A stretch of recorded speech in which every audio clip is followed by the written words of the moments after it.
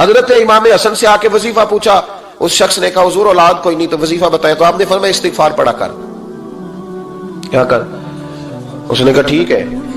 تو حضور پھر میں دوبارہ کب آؤں؟ تو امام حسن کہنے لگے بے اولاد ہے نا تو، استغفار کا وظیفہ بتایا نا؟ کہا ہاں۔ فرمانے لگے اب اس وقت آنا جب اللہ تجھے 10 بیٹے عطا کرے گا۔ کتنے؟ 2 4 نہیں، 10 ہی کہہ دیے۔ تو حضرت امیر معاویہ رضی اللہ تعالیٰ دیکھا، کہنے لگے حسن اتنا بڑا دعویٰ؟ آپ فرمانے لگے میں نے کہہ دیا نا تو اللہ فضل کرے گا، ہاں ہاں اللہ خیر کرے گا، خیر ہو جائے گی۔ وہ شخص کئی سالوں کے بعد آیا، کئی سالوں کے بعد، تو حضرت امیر معاویہ کو بھی ساتھ لایا، کہنے لگا حضور اللہ کے فضل سے اللہ نے 10 بیٹے عطا فرمائے، پورے 10 ہی اللہ نے دیے۔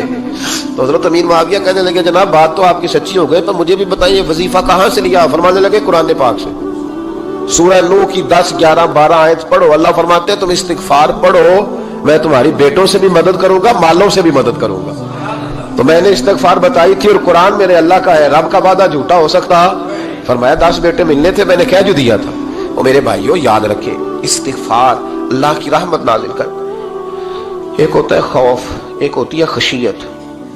خوف والے لوگ توبہ کرتے ہیں، خشیت والے استغفار کرتے ہیں۔ ایک ہوتا ہے خوف، ایک ہوتی ہے خشیت والے استغفار کرتے ہیں۔ نبی کریم علیہ السلام نے فرمایا میں دن میں 100 مرتبہ استغفار کرتا ہوں، دن میں۔ توبہ والا کہتا ہے کہ میں بھول گیا تھا، مجھے معافی مل جائے، اور خشیت والا کہتا ہے میرا یار ناراض نہ ہو جائے، وہ استغفار ہی کرتا رہتا ہے، وہ معافی مانگ۔ حضرت رومی نے مثال دی ہے، فرماتے ایک عورت تھی تو بھیک مانگا کرتی تھی، ایک دن بادشاہ کے دروازے پہ بھیک مانگنے گئی تو بادشاہ کو پسند آ گئی، اس نے نکاح کر لیا۔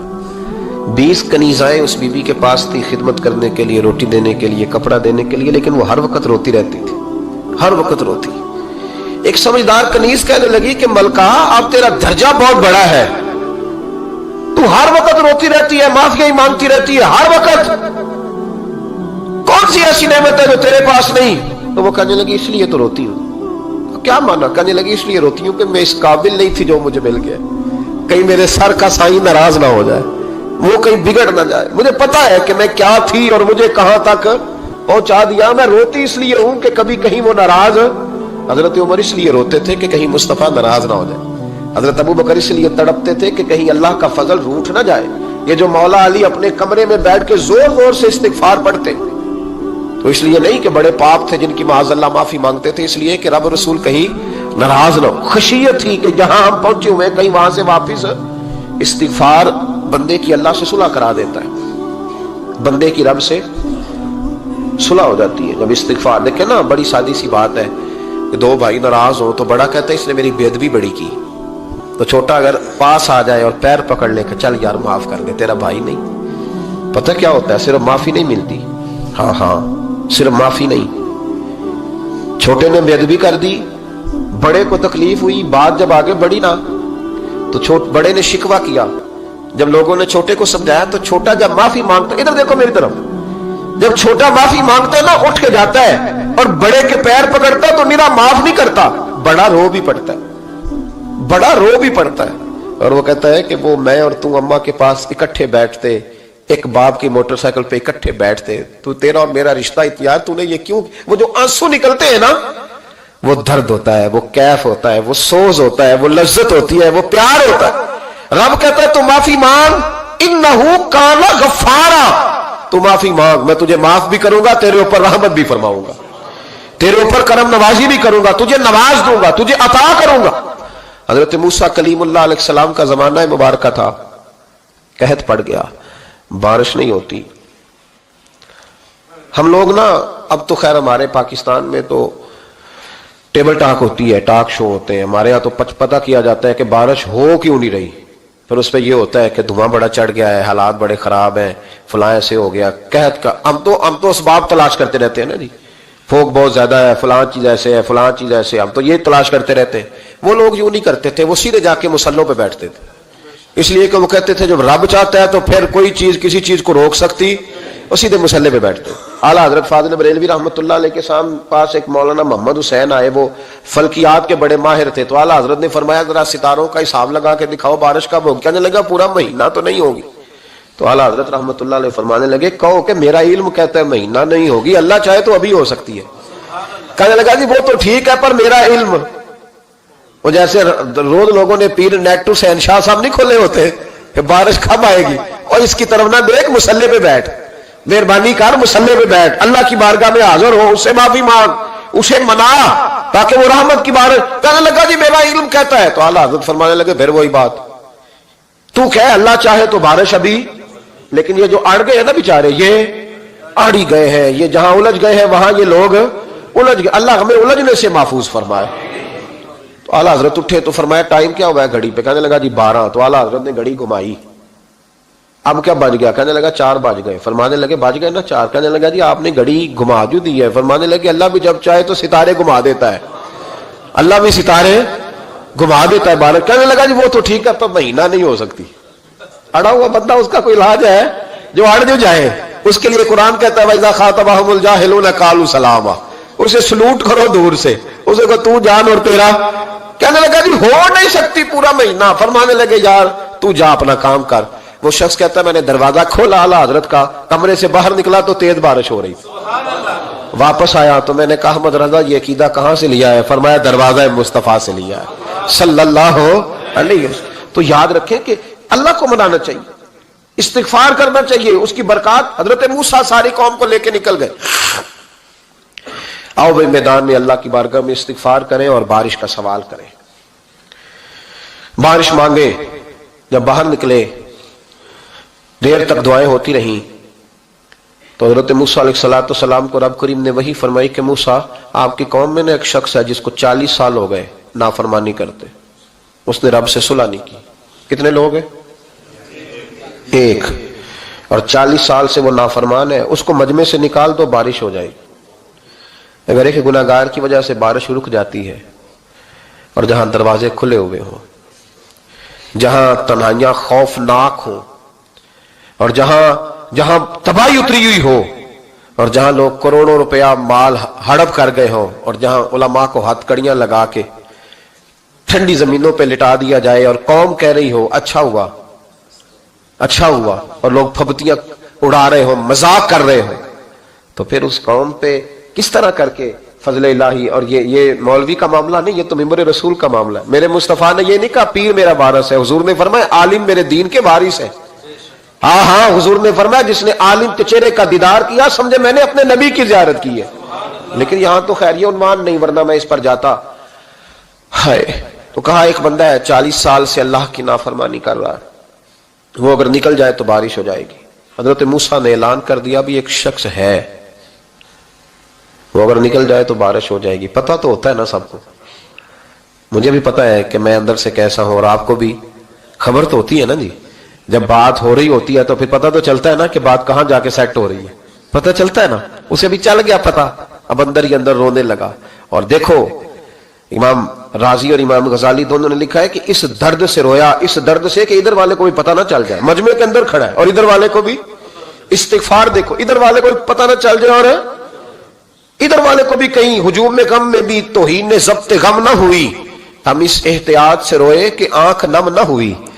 ہجوم غم میں بھی توہین ضبط غم نہ ہوئی، ہم اس احتیاط سے روئے کہ آنکھ نم نہ ہوئی، روئے بھی پر کسی کو آنسو نہیں دیکھنے دیے۔ اب اس درد سے کہتا ہے اللہ تو تو معاف کرنے والا ہے نا، تو تو معاف کرتا ہے، پردہ پوشی کرتا ہے، اور مالک اگر لوگوں کو پتہ چل گیا تو میرے تو بچوں کا بھی جینا حرام کر دے گا، یا اللہ میری تو آنے والی نسل بھی تڑپ کے وقت گزارے گی۔ مالک تو معاف کر دیا کرتا ہے، لوگ نہیں معاف کرتے، اے اللہ یہ میری خوبیاں بھول جائیں گے، میری خامیوں پر بات، مالک میں یہ ذلت نہیں برداشت کر سکتا، فضل فرما۔ حضرت موسیٰ نے دوبارہ اعلان کیا نکلتے ہو کہ نہیں نکلتے؟ پھر تڑپا خدا بندہ مجھے بے آبرو نہ کر، یہ ذلت اور رسوائیاں یہ نہیں برداشت ہوتی، اللہ درگزر۔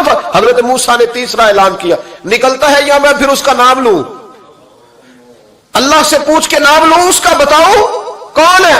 اب تو تڑپ گیا، کہنے لگا مالک میں تیری بارگاہ میں استغفار کرتا ہوں، آئندہ نہیں کرتا، آئندہ نہیں کرتا۔ یہ لفظ ادا کیے، بندہ کوئی بھی نہیں نکلا، رب کریم نے بارش عطا کر دی، تیز بارش جب برسی نا، تیز بارش، لوگ تو مین دیکھ کے دوڑ گئے۔ تو حضرت موسیٰ کہنے لگا یا اللہ مجھے بھی تو بتا، تو نے کہا تھا کہ جب تک بندہ نہیں نکلتا بارش نہیں ہوگی، تو نکلا کوئی بھی نہیں، بارش ہو گئی، ماجرا کیا ہے؟ تو رب کریم نے فرمایا موسیٰ بس اس نے مجھ سے صلح کر لی، اس نے مجھ سے صلح کر لی. اور امام غزالی نے لفظ لکھے, حضرت موسیٰ نے پوچھا, حالانکہ اللہ اپنے نبیوں کو غیب کے خزانے دیتا ہے, پوچھا کہ اے اللہ مجھے اس کا نام بتا دے. تو رب کریم نے فرمایا موسیٰ جب گناہگار تھا تب نہیں کسی کو بتایا, جب پاپی تھا تب نہیں بتایا, جب مجرم تھا تب نہیں بتایا, اب کیسے بتا دوں؟ فرمایا اس کی میری صلح ہو گئی ہے. اور فرمایا جو بارش نہیں نہ ہو رہی تھی وہ بھی اس کی وجہ سے نہیں ہو رہی تھی, اب جو ہوئی ہے نا تو یہ بھی اسی کی وجہ سے ہوئی ہے. یہ بارش اب جو ہوئی ہے تو یہ بھی یہ اس گناہگار کے سبب سے.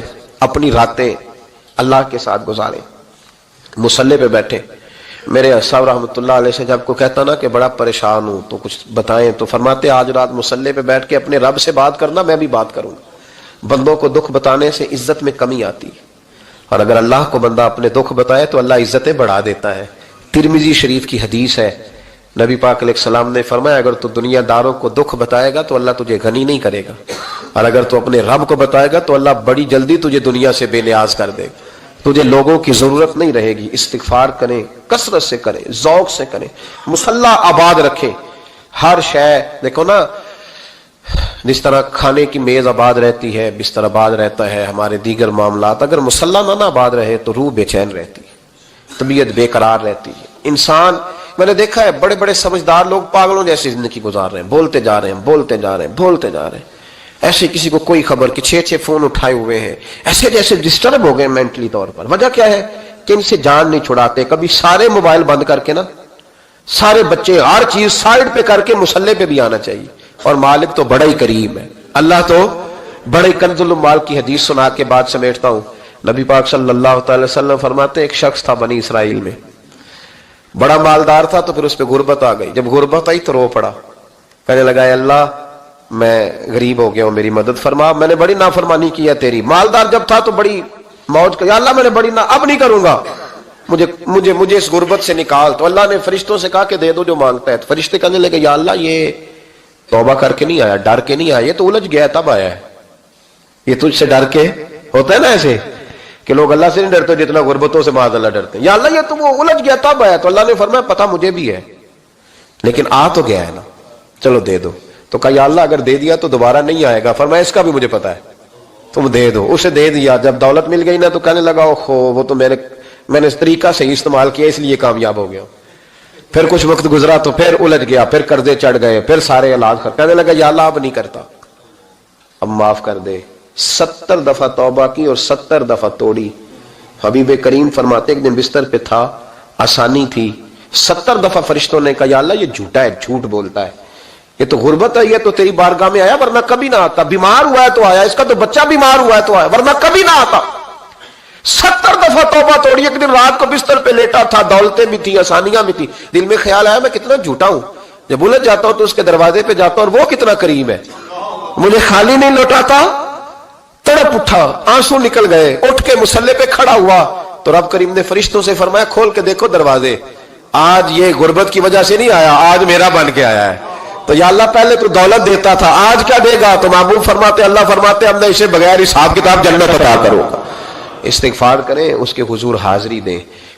جس طرح سارا کچھ چھوڑ چھاڑ کے لوگ کہتے ہیں کہ 1 مہینہ میں نے کسی سیاحتی مقام پہ رہنا ہے, میں نے اب کسی ٹھنڈے علاقے میں چلے جانا ہے, برف باری دیکھنی ہے, سیر کرنی ہے, 10 دن کی چھٹیاں وہاں گزارنی ہے, چلو 7 چھٹیاں وہاں گزار لو, 3 دن اپنے اللہ کے ساتھ گزارو, روزے رکھو, دن کو رات کو قرآن شریف پڑھو, تلاوت, کچھ وقت دو اللہ کے ساتھ حضور پر درود و سلام بھیجنے کے لیے, نبی پاک کی نعت کے لیے, اذکار کے لیے, بزرگوں کے لیے.